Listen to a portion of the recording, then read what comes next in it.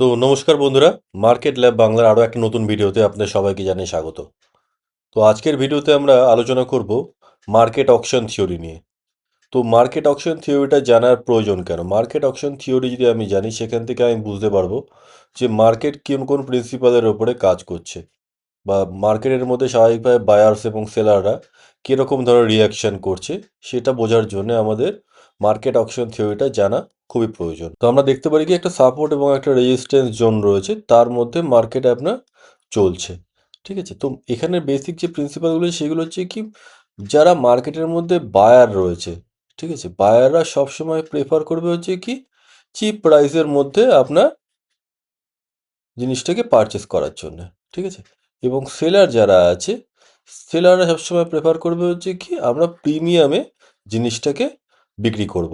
ঠিক আছে, যেমনভাবে ধরুন আমিও যখন বাজারে যাচ্ছি বা আপনিও বাজারে যাচ্ছেন, যে কোনো জিনিসই ধরুন কোনো একটা বিক্রেতা আমাকে বলছে এই জিনিসটার দাম হচ্ছে ধরুন 150 টাকা। তো আমি তার সঙ্গে একটা বার্গেন করছি, করে বলছি কি না জানো তুমি আমাকে জিনিসটা 100 টাকায় দাও, তাহলে তোমার কাছ থেকে নেবো। এবং দুজনের মধ্যে দর কষাকষি করার পরে ধরুন একটা মাঝামাঝি জায়গায় ধরুন 125 টাকার মধ্যে আমরা দুজনেই রাজি হলাম। তার ফলে কি হলো, কেনা বা বেচা যেটা আছে সেটা সম্পূর্ণ হলো। তো সেরকমভাবে কি যারা আপনার বায়ার আছে তারা সবসময় চেষ্টা করবে কি আপনার ডিসকাউন্টের মধ্যে জিনিস কেনার জন্যে, এবং যারা সেলার আছে তারা সবসময় চেষ্টা করবে প্রিমিয়ামের মধ্যে জিনিসটা বেচার জন্য। তো এখানে মার্কেটের কাজ কি, মার্কেটের কাজ হচ্ছে বায়ার এবং সেলারদের মধ্যে একটা সমন্বয় তৈরি করে দেওয়া, যাতে কি না যার ফলে কি হচ্ছে আপনার বেচা কেনাটা হতে পারে। এবং যারা মার্কেট পার্টিসিপেট আছে বায়ার এবং সেলার, তারা উভয়ে চেষ্টা করছে কি একটা ফেয়ার প্রাইসের মধ্যে জিনিসটা কেনার বা জিনিসটা বেচার। ঠিক আছে, এইটা হচ্ছে আপনার মূল কনসেপ্ট।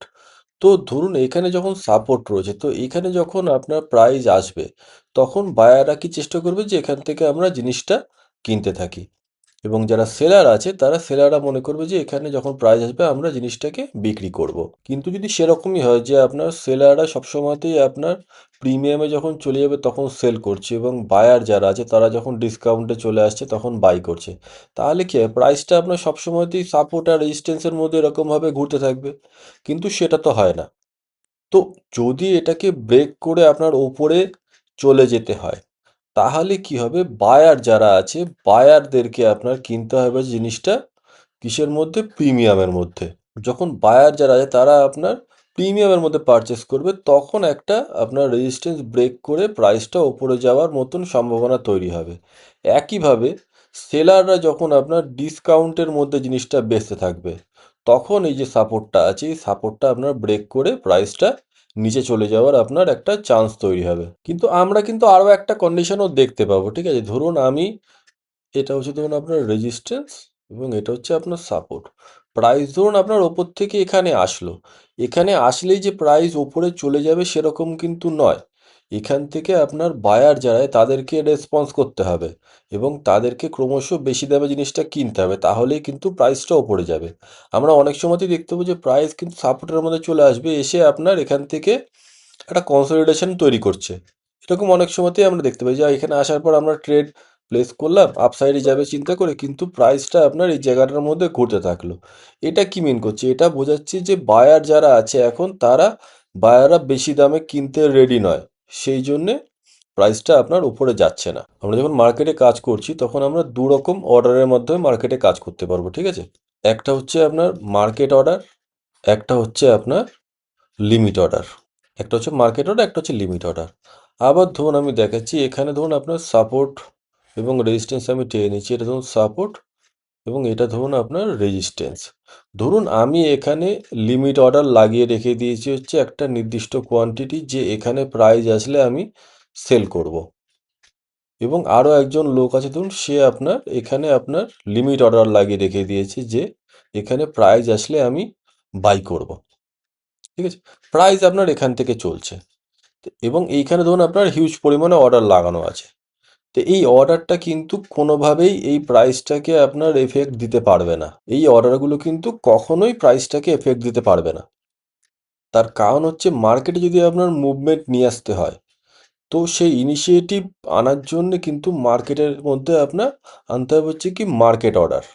মার্কেট অর্ডার যদি না দিই তাহলে কিন্তু আমরা প্রাইসকে মুভ করাতে কখনোই পারবো না। তো এরকমভাবেই ধরুন যারা মার্কেট অর্ডার দিয়ে কাজ করছে তারা হচ্ছে আপনার ইনিশিয়েট করছে একটা মুভকে, এবং এইখানে যে লিমিট অর্ডারগুলো লাগানো আছে তারা এই লিমিট অর্ডারগুলো লাগিয়ে রেখেছে, প্রাইস এখানে গেলে তারা এখানে রেসপন্ড করবে।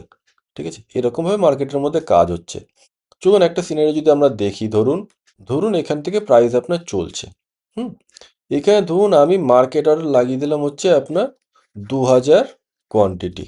তো প্রাইস আপনার ওপরের দিকে যেতে থাকছে।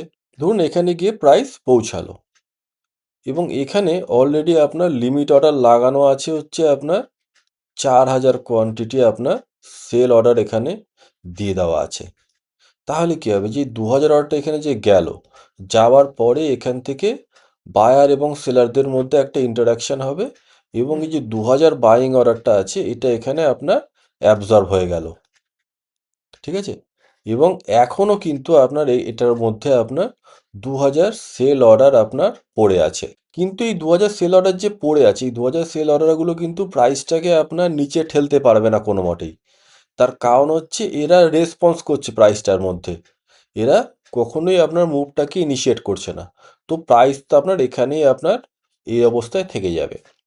তো এরকম পরিস্থিতিতে মনে করুন যে আরও কোনো একজন আসলো যে কিনা আরও ধরুন আপনার 3000 বাইং অর্ডার এখানে দিল। তাহলে কি হবে, 3000 অর্ডারটা যখন যাবে তখন এই বায়ার এবং সেলারদের মধ্যে আবার ইন্টারাকশান হচ্ছে, এবং এইখানে যে সেলিংয়ের আপনার 2000 অর্ডার ছিল সেই অর্ডারটা তখন অ্যাবজর্ব হয়ে যাবে, হয়ে গিয়ে আরও 1000 প্লাস আপনার বাইং অর্ডার থেকে যাচ্ছে। এই বাইং অর্ডারটা তখন কি করবে, যে এর ওপরে কোথায় সেলার আছে তাদেরকে আপনার খোঁজার জন্য ওপরে চলে যাবে, এবং যেখানে আপনার আরও সেলার থাকবে সেখানে গিয়ে এই অর্ডারটা আপনার এক্সিকিউট হবে। এইভাবে প্রাইস আপনার ওপরের দিকে মুভ করছে। কিংবা ধরুন অন্যরকম সিনারিও হলো যে এখানে প্রথমে আপনার প্রাইস গেল, এখানে ধরুন ছিল হচ্ছে আপনার 1000 আপনার সেল অর্ডার।